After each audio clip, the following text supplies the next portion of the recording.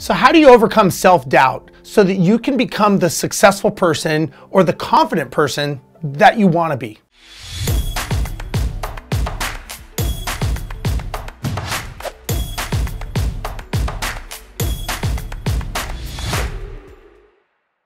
Well, here's the thing. One thing I've learned is as you get more successful, self-doubt doesn't go away. If you make your goals bigger, your self-doubt is there. It's always there lurking in the shadows. The thing is it's the story that you tell yourself of how you deal with that self-doubt. Now, a lot of times we get nervous, we get scared, and we will let that self-doubt actually paralyze us from doing something.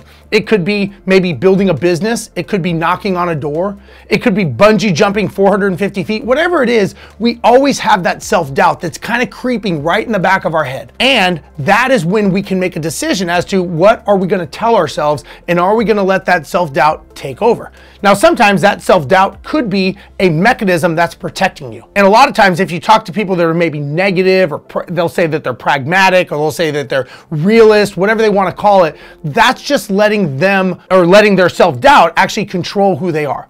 Now, there could be some reality to that. I don't know. I just know that the more often that I do not let my self-doubt take over, and more often that I tell myself, not today, I'm going to go forward, I'm going to do it, the self-doubt really had no control over me. And at the end of the day, it is never as bad as I thought it would be. All the time, whenever I think of doing something, when I was getting involved in real estate, I had so many people tell me why it made no sense for me to buy real estate. The problem was none of them actually ever owned real estate, but they were giving me advice, right? That was their self-doubt. Now, had I listened to them and had I never gone and purchased my first investment property 20 years ago, I kind of wonder, where would I be today? Would self-doubt have won?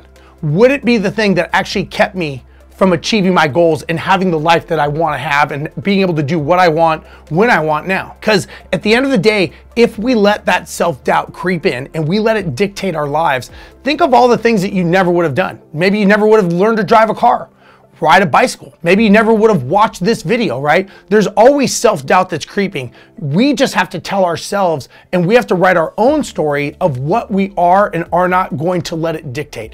And many times, if you can stuff that self-doubt down and you can let it know that it's not going to take over and take control, I think it's good to listen to it. I think it's good to modulate it, and I think it's good to respect it. But I do not think that you give into it and that you cave to it and you let it dictate your life. I think it's there as a trigger mechanism, and sometimes we let our fear and our own self-doubt just kind of collapse us and encapsulate us in the fear of what if. But my answer to that is, what if it goes right? I mean, you've got as much chance. I mean, if you can mitigate all the losses and all the fear and you could try to make things go right, don't you really have just as much chance of things working out as you do them failing? You know, there's going to be some variables that you can't control, but there's a lot of variables that you can control.